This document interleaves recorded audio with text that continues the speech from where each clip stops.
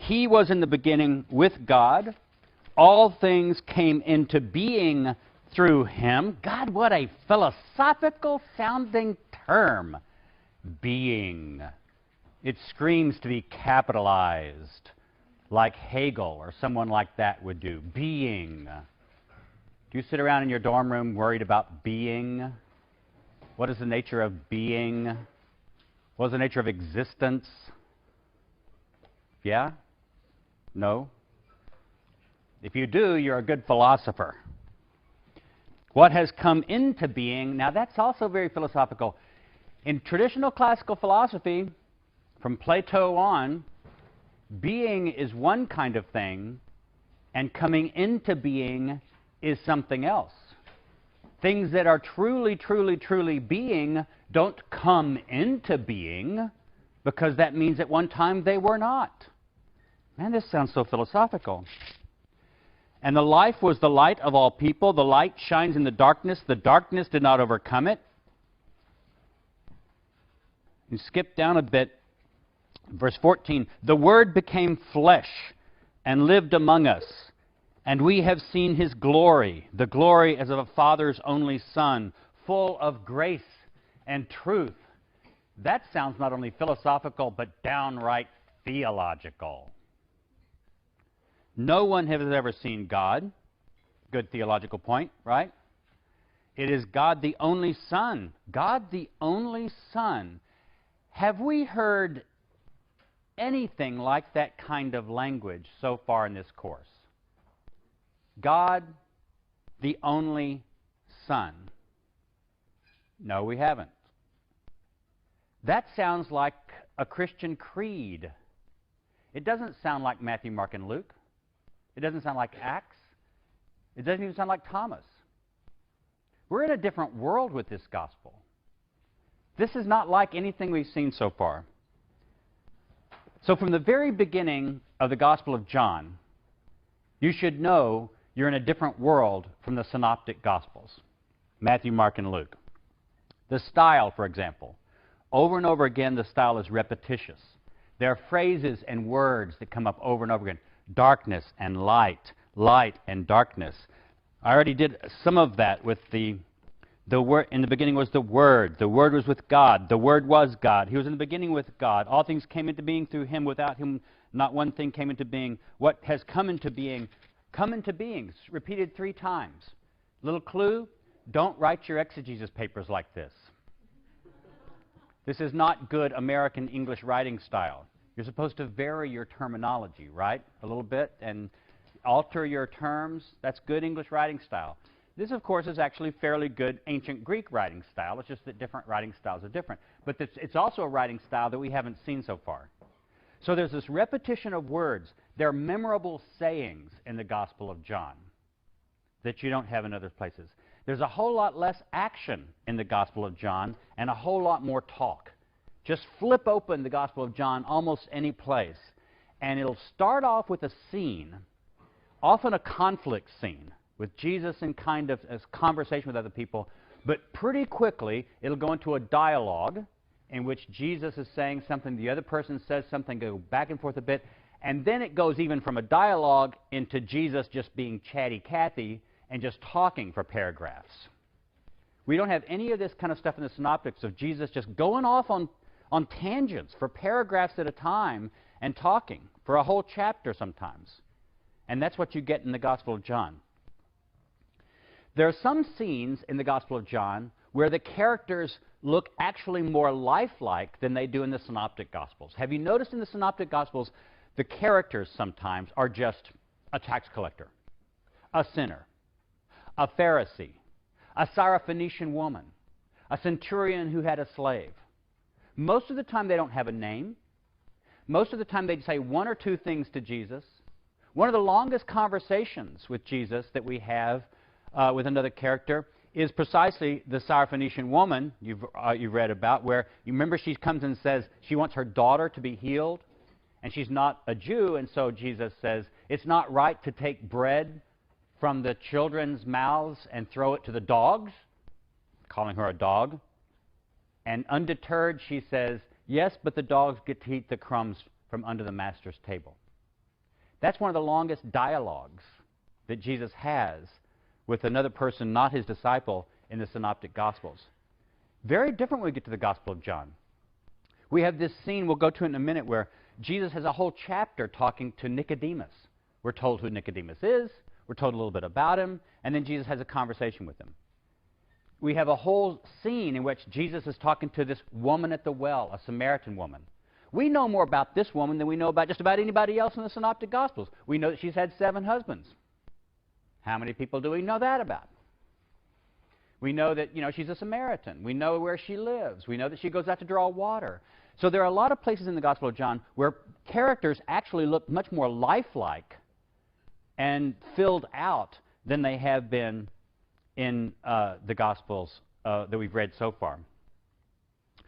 This lecture is going to focus on the Gospel of John. But as you've already figured out, one of the main themes of the course is how were the different forms of early Christianity different from one another? It wasn't just one movement.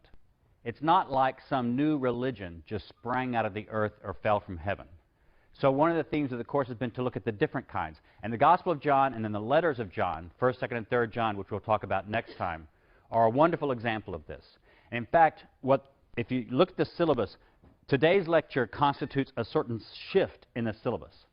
Because although I am talking about a gospel, and I have been talking about gospels, I put a little subheading under this week that's sort of like the spread of Christianity and how different Christian groups look different. We talked about that with the book of Acts last time.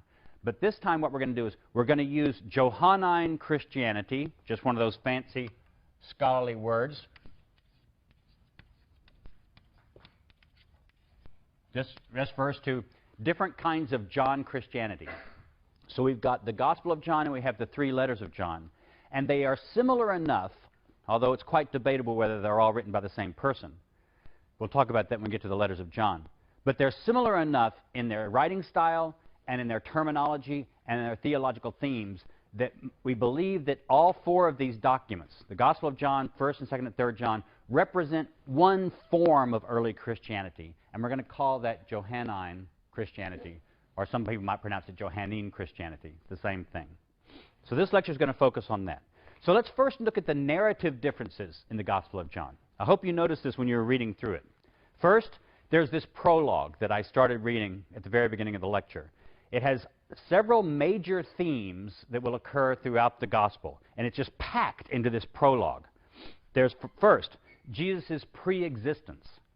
In no other Gospel do we get the idea that Jesus existed before his birth. That's counterintuitive to a lot of us, because whether you're a Christian or not a Christian, you're used to thinking about Jesus as an eternal divine being who becomes incarnate as a human being, but always existed.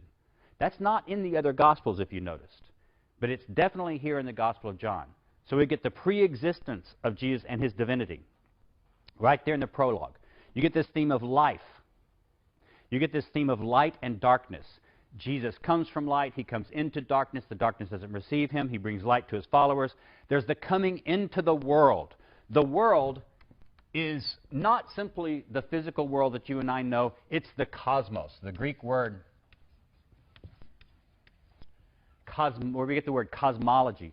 All the universe. So Jesus comes into the cosmos.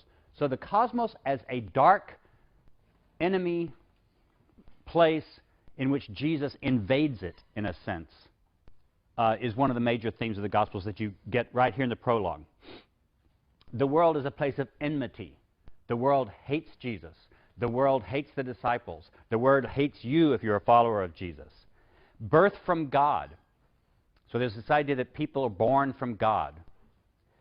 Son and father linkage. Over and over again, God is Jesus' father in the Gospel of John. That's true in some of the other Gospels, but it's just much more so in the Gospel of John. John the Baptist, as the lesser of the two, is introduced right in the prologue. We don't take a while to get to John. We have John the Baptist right in verse 6.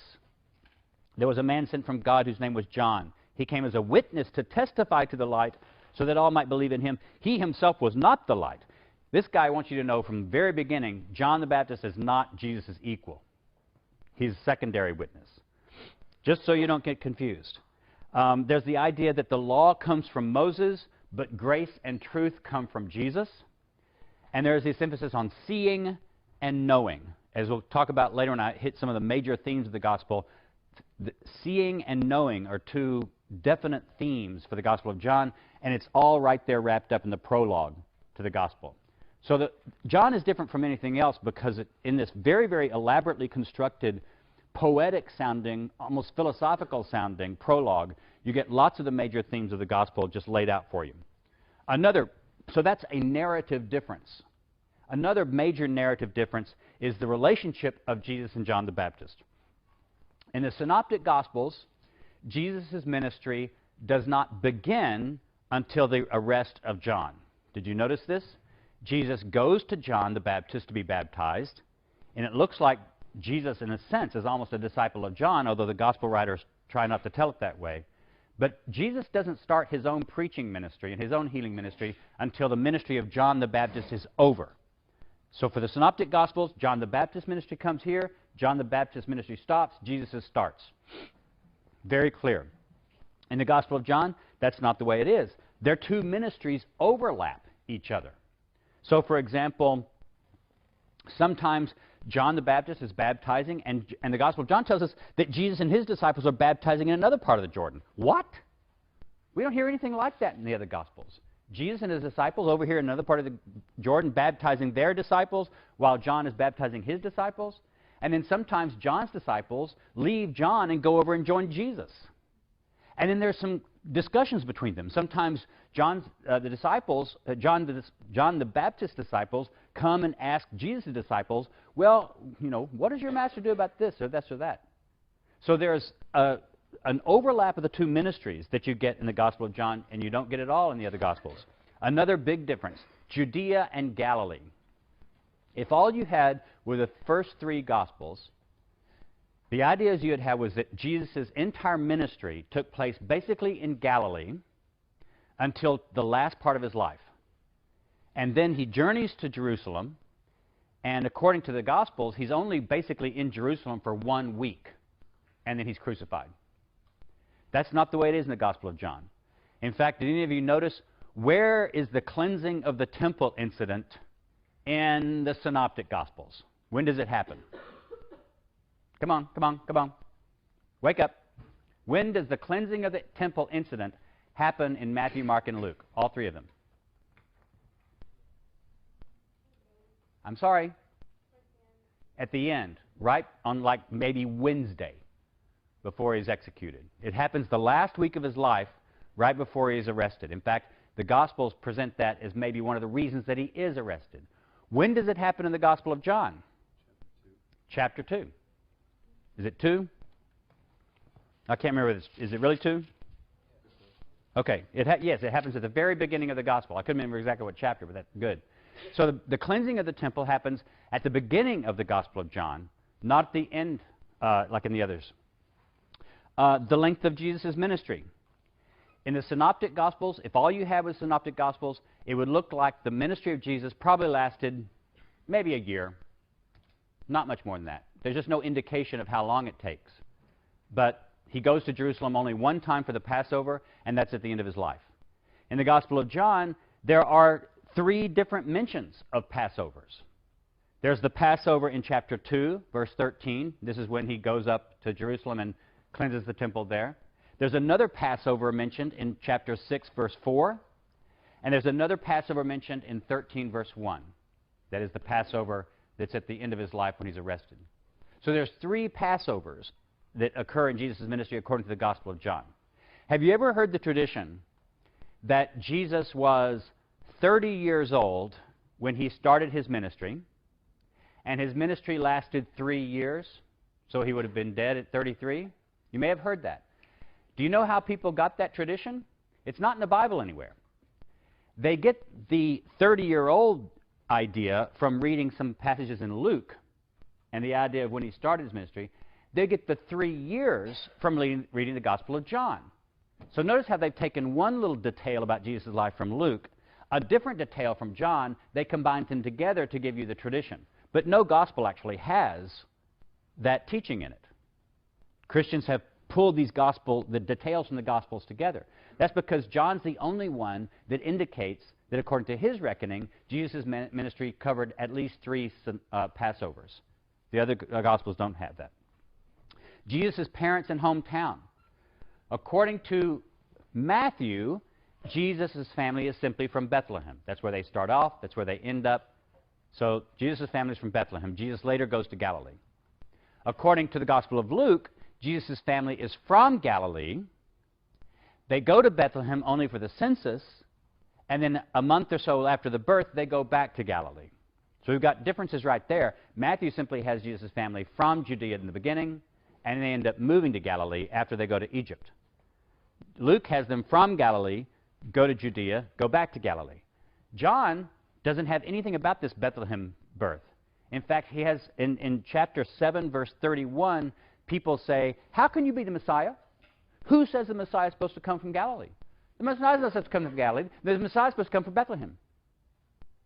And the writer of Gospel of John, wouldn't this be a great time if he could just say, these stupid Jews, they don't know that Jesus actually was born in Bethlehem, and therefore he is from Judea. He doesn't say anything like that. He just allows the reader, you the reader, to believe that, yeah, Jesus really was from Galilee, and you know what? That doesn't matter. They must have gotten it wrong. They must not have thought that the Messiah could actually come from Galilee, but he can. So again, the Gospel of John, different in its narrative structures. The Last Supper. The Last Supper in the Synoptic Gospels is a Passover meal. The Last Supper in John is not a Passover meal. In fact, also, the Last Supper is not the institution of the Eucharist in John. In Christian churches, we observe the Mass or the Eucharist, and we say, Jesus established this in his Last Supper with his disciples. Do this in memory of me. That goes back to Matthew, Mark, and Luke. The Gospel of John doesn't have that. There's no place in the Gospel of John where Jesus initiates the Last Supper. He doesn't take the cup, he doesn't take the blood and say, do this in memory of me. What happens at the Last Supper in the Gospel of John? He has a foot washing. There's a foot washing ceremony. Notice again what Christian tradition has done here. Any of you know what Maundy Thursday means in Christian churches? Maundy Thursday refers to the Thursday before Good Friday, which is the Friday before Easter. And on Good Friday, according to the tradition, Jesus was executed. The Thursday night before is when he has the Last Supper with his disciples. Now, in many Christian churches, on the Thursday before Easter, not only will they have the Eucharist service or a communion service, but they'll also have a foot washing service. At the church where I go, the different priests will actually get down on their hands and knees and put towels around themselves and wash the feet of anybody in the church who comes forward on Thursday night before Easter. They're doing that in imitation of Jesus' foot washing of his disciples at the Last Supper in John. But notice what we've done here. Again, Christians have combined the Last Supper and the Eucharist establishment from the Synoptic Gospels with the foot washing service from the Gospel of John. And they put them together. But they weren't together in our Bible. They were in 2 separate documents. The arrest is also very different in the Synoptic Gospels. In the Synoptic Gospels, they come to arrest Jesus, and they just arrest him, and there's a few things. In the Gospel of John, there's this funny scene. It's actually very humorous, where they come up with the swords and the clubs. You know, it's the middle of the night in the garden, and they come up to Jesus, and Jesus says, who are you looking for? And they say, Jesus of Nazareth. And Jesus says, I am he. And they all fall over on the ground. It's like an Indiana Jones thing. The power of him saying this knocks them all over. And they get up and do it again, and they all fall over again. The whole scene of the arrest of Jesus is very different in the Gospel of John. At his trial, in the Synoptic Gospels, Jesus says almost nothing. Some of the Synoptics say he said nothing. Others of the Synoptics say he said something. But he's very, very quiet. In the Gospel of John, he just carries on this whole philosophical discussion with Pilate about what is truth. He just keeps talking and talking. Very different scene.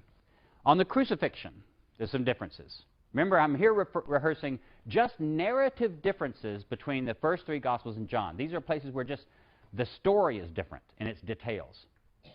According to the first 3 Gospels, the crucifixion takes place on the first day of Passover.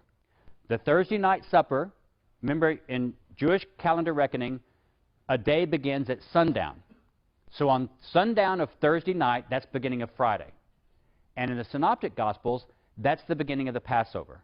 So they wait till sundown, and they have the Passover meal Thursday night. And that's the beginning of Friday, the first day of Passover. And it's on the Friday, the first day of Passover, that Jesus is actually executed. That's not the way it is in the Gospel of John. Read the execution narrative in the Gospel of John. According to the Gospel of John, Jesus is not crucified on the first day of Passover. He's crucified on the day before Passover. And how do we know that? Because it says when they were crucifying him was the same time they were slaughtering the lambs in the temple. Notice, it's a wonderful little symbolism, right? Right when Jesus is being slaughtered, the lambs for the Passover meal are being slaughtered. Because what you'd do, of course, if you were a Jew in Jerusalem, you'd take your lamb to the priests on Thursday. You'd have them slaughter it, pour out the blood. They'd take a little bit of it. Then you take it back home to your family, or to the hotel where you're staying, or to the picnic ground where you're staying, and you cook your lamb, and that's where you have the Passover meal. So according to the Gospel of John, Jesus is executed at the same time that they're slaughtering the lambs, which means he's not executed on the day of Passover, but the day before Passover. Completely different. And the last big narrative difference with the Gospel of John from the Synoptics is this guy named the beloved disciple. Who the hell is the beloved disciple? We don't know who he is. According to Dan Brown and the, what's that awful book? Da Vinci Code, right. According to Da Vinci Code, the beloved disciple is actually a girl, Mary Magdalene.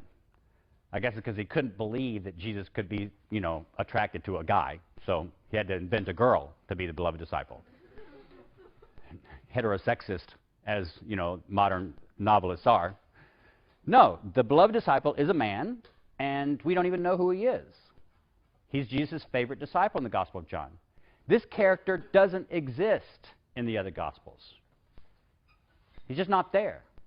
Now, tradition has said, who was the beloved disciple? Well, it's the John, son of Zebedee, younger brother of James, son of Zebedee. And if you go to the art gallery, which you will later in the semester, we're all going to take a tour of the Yale Art Gallery, you'll see that when John, son of Zebedee, is depicted in art, he's always depicted as a young man without a beard, very beautiful, almost feminine looking, because he's sort of representing the boy that Jesus loved. Well, we don't know that it was John. The Gospel of John doesn't tell us it was John. It just tells us it's the beloved disciple. So most scholars are just willing to say, whoever this beloved disciple was, and maybe it was just a figment of the literary pretensions of this writer. Maybe there was no historical beloved disciple. We don't know. But he's a strong character in this gospel, and he doesn't appear anyplace else but in this gospel. Notice, in all those ways, the Gospel of John is very different from the other three gospels. That in itself makes it really interesting to study. It opens up a window for us of an entirely different kind of early Christianity than we would have if we didn't have this gospel. So it's really wonderful. Okay, some major Johannine themes. I'm going to go through this pretty quickly because if you just take a concordance and look up these terms, you can look at all the different places. First, notice that some of these main themes, I've already mentioned some of them when I was talking about the prologue, these main themes occur over and over and over again like the ringing of bells in the Gospel of John. Every once in a while you'll see one in one chapter, and then you might not hear it to the next chapter, a few chapters later, but they'll just keep coming up. So this author hits you over the head several times throughout the Gospel with the same themes coming back at you. One of them is the descending and ascending Redeemer figure. Jesus is the one who came down from above, who's going up. Look at 151. Now we're going to run like bunnies through the text here. So get your text out and be prepared. Lick your finger. Come on, lick your finger. You're not going to get sick. It's your own finger. 151, and he said to him, "Very truly I tell you, you will see heaven opened and the angels of God ascending and descending upon the Son of Man." So the angels are ascending. Look at 3:13. "No one has ascended into heaven except the one who descended from heaven, the Son of Man." Look at 3:31. The one who comes from above is above all. The one who is of the earth belongs to the earth and speaks about earthly things. The one who comes from heaven is above all. And I could go on. 132, 638, 641, 658, 2017. Just look up this coming and rising and look up these words in a concordance, and you'll find they recur over and over in the Gospel of John. Very similar to that one is the theme of being lifted up. So Jesus in 3:14, in 12:32, in 8:28. You don't need to remember these numbers because you can look at a concordance and you can read this and you can just mark out in the margins of your Bible whenever you see this idea. In all of those, Jesus is the one who will be lifted up. And this is a puzzle. One of the things we'll find is the Gospel of John likes puzzles. He likes riddles. So what does this mean when Jesus talks about the Son of Man being lifted up? Does it mean his ascension into heaven? Does it mean his resurrection from the dead? Does it mean his being put on a cross? Because when you nailed somebody on a cross, you did it on the ground and then you put them up like this. So does the lifting up of the Son of Man refer to his crucifixion or his resurrection or his ascension, going back to the Father? It's a puzzle. We're never told exactly. And that's one of the wonderful things about this text is that it plays with you all the time. It wants you to wonder about what's being meant here. So that lifted up is one of the themes that goes along with this going up and coming down. And then another part of that theme, see these themes get complicated, is when Jesus says, everyone who comes to me when I'm lifted up, I will lift up. So Jesus says he will lift up people who are his disciples. So this going up and coming down is all the way through the Gospels. That's one of the main themes. I mentioned seeing. Okay, we're going to run like bunnies through the text. 1:18. No one has ever seen God. It is God the only Son who is close to the Father's heart, who has made him known. Oh, now see, I should have told you. Knowing is another theme there. We got two themes right in the same verse, seeing and knowing. And the relationship between seeing and knowing in the Gospel of John is also difficult. It's not always clear. Do you know by seeing, or does seeing lead to an inadequate form of knowing? These are big exegetical problems that the Gospel of John poses and scholars argue about. Look at 1:34. And I myself have seen and have testified that this is the Son of God. Okay, I have seen. Look at 1:39. He came to them, come and see. They came and saw where he was staying. In other words, just look in a concordance for every time you find the word see, saw, seeing. And you'll just find it over and over again. Chapter 3, verse 3, chapter 3, verse 11, chapter 3, verse 32, chapter 3, verse 36. Several right there in chapter 3, etc., etc., etc. And again, it's always a little bit difficult to figure out, do you have to see to have faith in the Gospel of John? Or, because it sounds like one place toward the end of the Gospel, Jesus says, blessed are those who believe without seeing.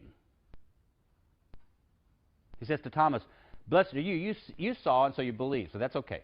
Blessed are those who have not seen and believe. So is seeing an inadequate form of faith? Is it better to have faith without seeing, or is seeing necessary for faith? It's a problem. I already mentioned knowing, but I could do the same kind of thing. Chapter 1, verse 18, chapter 8, verse 55, chapter 14, verse 17, over and over again. Where Jesus came from and where Jesus is going is a major theme. With the Jews, often he'll say, you can't go where I'm going. And they say, what is he talking about going? Is he going to go out to the Greeks and preach to the Greeks? Is he going to go back to Galilee? What is he about going? So people are always misunderstanding this. And then one of the other points is signs. What are signs in the Gospel of John? Notice the Gospel of John has other differences that I haven't even mentioned. For example, remember in the Synoptic Gospels there are lots of exorcisms of demons. Jesus is going around a lot casting out demons from people. And the demons even confess him. Do you know there's not one exorcism in the Gospel of John? Jesus is not an exorcist in the Gospel of John, as he is in the other three Gospels. Why is that? Obviously, this writer knew that there were stories circulating around that Jesus cast out demons. Why does he not have Jesus doing any casting out of demons in his Gospel? I don't know. There's probably a dissertation there somewhere, if you can find an answer. Look at 2:11. So one of the things is that in the other Gospels, they talk about Jesus' miracles, his healings, but a term preferred by this Gospel writer is sign. He talks about the things Jesus did as signs. Now, there's not a lot of them. Jesus doesn't do a whole lot of miracles in the Gospel of John. He does some big, important ones that become famous. For example, turning water into wine, which is, of course, every college student's favorite miracle of Jesus. If only he had turned it into beer, that might have been a little bit better, right? But Jesus is famous for turning water into wine, one of his major miracles. It's only in the Gospel of John. It's not in the other Gospels. So some of Jesus' famous miracles are in the Gospel of John, but they're not called miracles in John. They're called signs. So look at 2:11. Jesus did this, the first of his signs, this is the turning the water into the wine, in Cana of Galilee, and revealed his glory, and the disciples believed in him. Notice, the first of his signs. Let's look over a little bit. 4:54.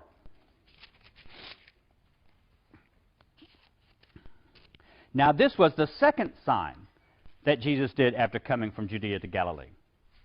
The second sign. This has actually led some scholars to say that one of the sources this writer may have had is a signs book, a collection of signs, that is, miracles that Jesus did. But notice, they're not just a miracle that Jesus does and then casts off. I think that the author uses the term sign because most of the time you can actually do an exegesis of these signs narratives, and they have some kind of symbolic meaning. So the signs in Gospel of John are not just miracles to prove Jesus' power. They seem to have some kind of theological or symbolic meaning embedded into them also. So the signs, again, is one of the major themes of the Gospel of John. But one of the most important things that drives the Gospel of John is sectarianism. What do I mean by sectarianism?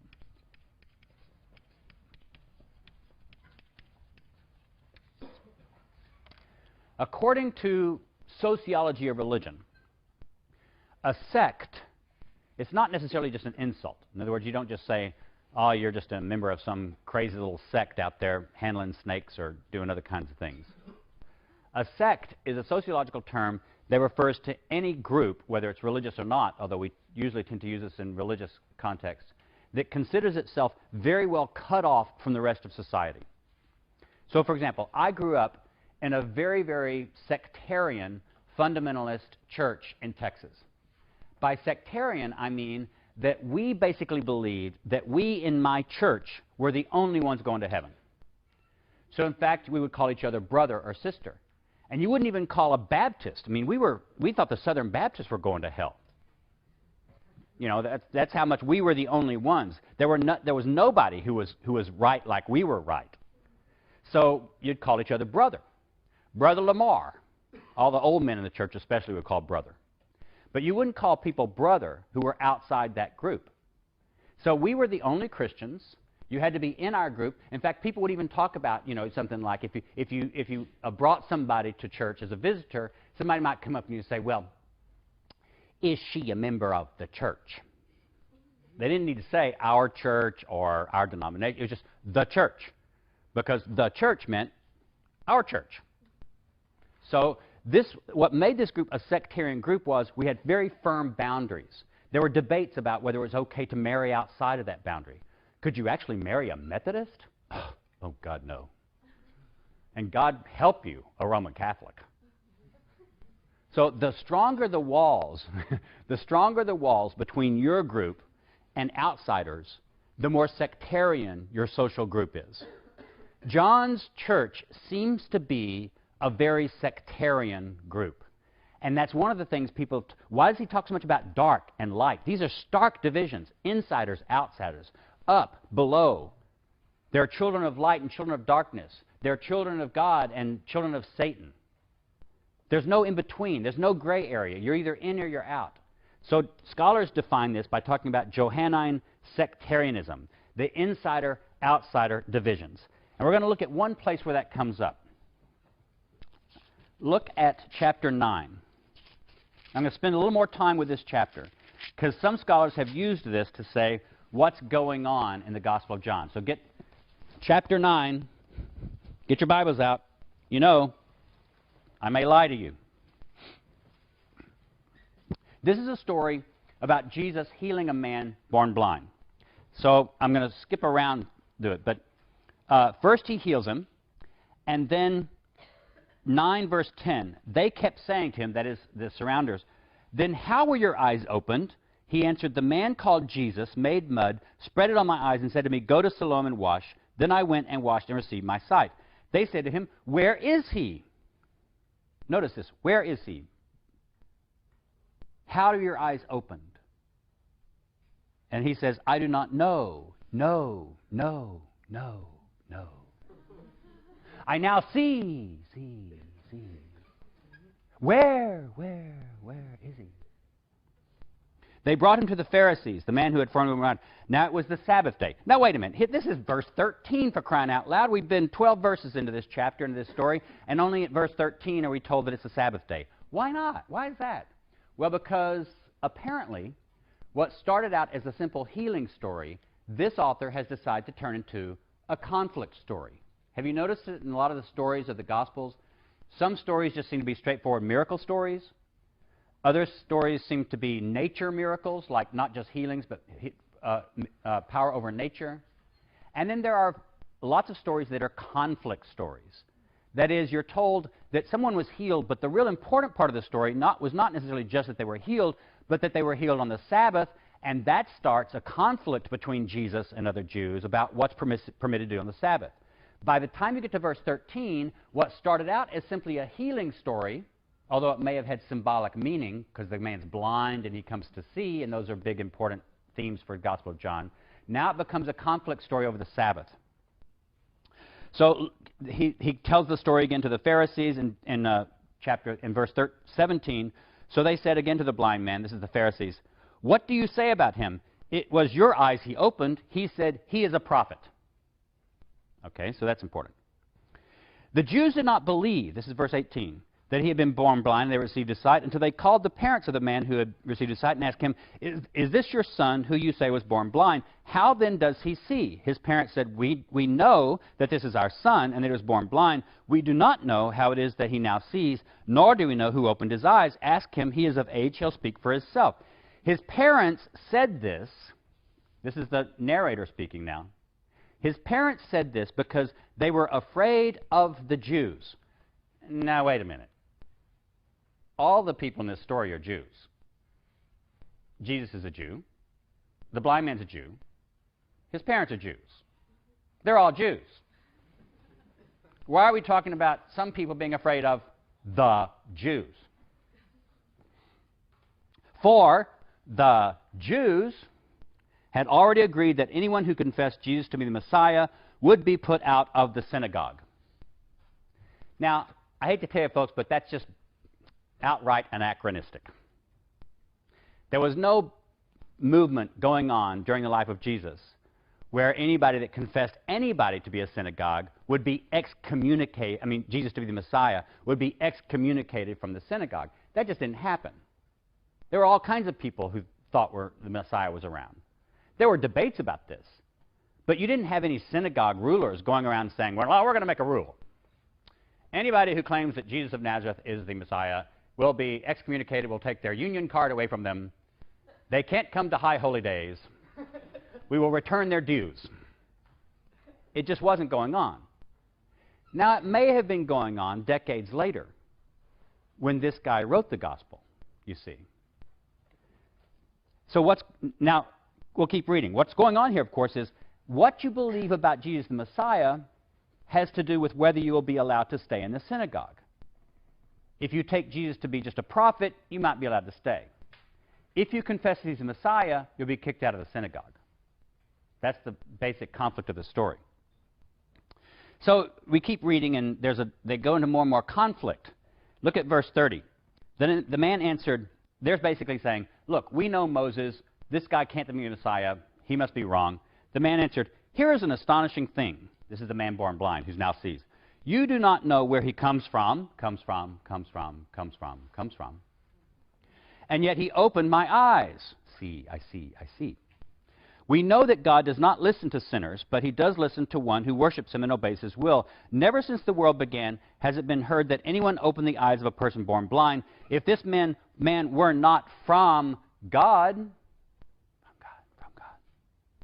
he could do nothing. They answered him, you were born entirely in sins, and are you trying to teach us? And they drove him out. They kicked him out of the synagogue. Jesus heard that they had driven him out, and when he found him, he said, do you believe in the Son of Man? He answered, and who is he, sir? Tell me so that I might believe in him. Jesus said to him, you have seen him, and the one speaking with you is he. He said, Lord, I believe. And he worshipped him. Jesus said, and this is how the story ends, okay? So this must be important. I came into this world for judgment, so that those who do not see may see. Now is Jesus still talking just about blind people? No. We can see that the whole story was an allegory now. And those who do see may become blind. Some of the Pharisees near him heard this and said to him, surely we're not blind, are we? Jesus said to them, if you were blind, you would not have sin, but now that you say we see, your sin remains. Some scholars have pointed out that what's going on with this chapter, chapter 9 in John, is a wonderful way to see how the writer himself has taken what may have been a simple miracle story that he got from tradition about Jesus healing a blind man. And he does a couple of things with it. For one thing, he pulls up to the surface these themes about blindness and seeing and coming from God. And this all plays into the identity of Jesus as the Messiah. And then he tells the story like the blind man is sort of like someone who comes to faith in Jesus as the Messiah. And he recognizes it. But sure enough, if he really confesses that, he's going to be thrown out of the synagogue. And so he leaves the synagogue and he joins up with Jesus. He's thrown out of the synagogue. He becomes a disciple of Jesus. In other words, allegorically speaking, he has to leave the synagogue, and therefore he becomes a member of John's church.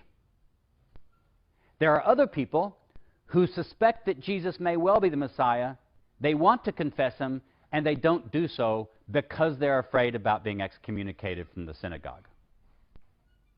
Notice how this story has become an allegory for what's going on in the time of the writing of the piece itself.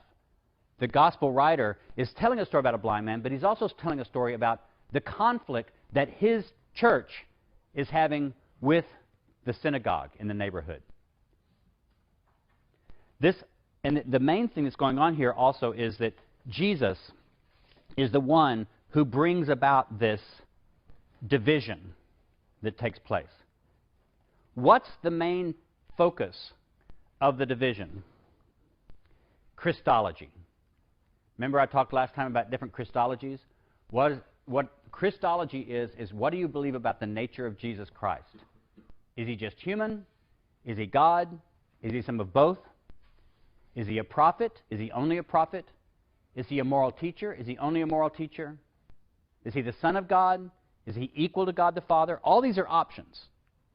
And the first several hundred years of Christianity is all wrapped up in fights over which of the many different options you have for what you believe about Jesus is going to end up being the right one. What's going to end up as orthodoxy?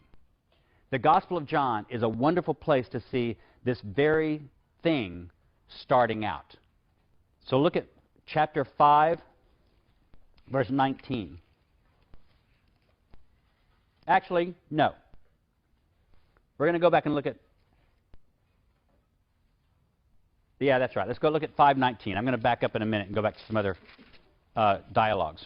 Don't worry, I'll finish on time today, but we will probably take up again some of the Gospel of John next time before we talk about the letters of John. Chapter 5, verse 19. Jesus said to them, very truly I tell you, the Son can do nothing on his own, but only what he sees the Father doing. For whatever the Father does, the Son does likewise. The Father loves the Son and shows him all that he himself is doing, and he will show him greater works than these, so that you will be astonished. Indeed, just as the Father raises the dead and gives them life, so also the Son gives life to whomever he wishes. The Father judges no one, but has given all judgment to the Son, so that all may honor the Son just as they honor the Father. Anyone who does not honor the Son does not honor the Father who sent him. Verily, truly, I tell you, anyone who hears my word and believes him who sent me has eternal life and does not come unto judgment, but has passed from death to life. Look at 5:18, right before that. For this reason the Jews were seeking For this reason the Jews were seeking all the more to kill him, because he was not only breaking the Sabbath, but was also calling God his own Father. Now that's so far where you've gotten in the narrative, but notice what the author adds right after that, the next very phrase. Thereby making himself equal to God. Is every son always equal to a father? Go like this. No. All sons are not equal to all fathers. The gospel writer is editorializing because this is what he believes. He believes that not only is Jesus God's son in some kind of derivative sense, he believes that by saying that Jesus is God's son, he's actually equal to God the Father. Look at 8:58. We're going to come back and talk about chapter 8 next time.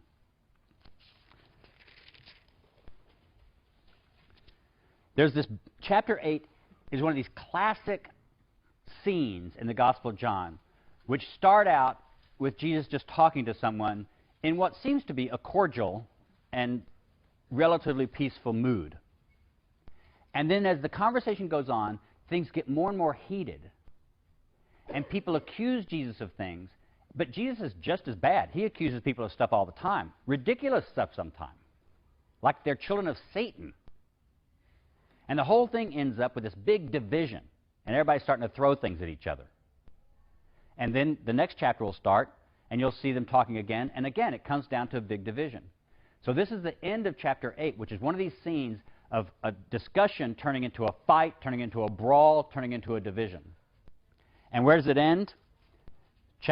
Verse 58, chapter 8, Jesus said to them, very truly, I tell you, before Abraham was, I am. So they picked up stones to throw at him. Isn't that interesting? All he has to say is, I am. Why is that so much of a problem? Where does I am come from? Yes? That's the declaration of what God is when God says, I am, to whom and where in the Bible? Moses in front of the burning bush. Exactly.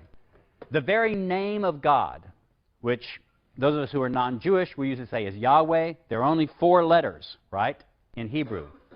And those 4 letters don't have vowels attached to them. So we're not really sure how to pronounce them.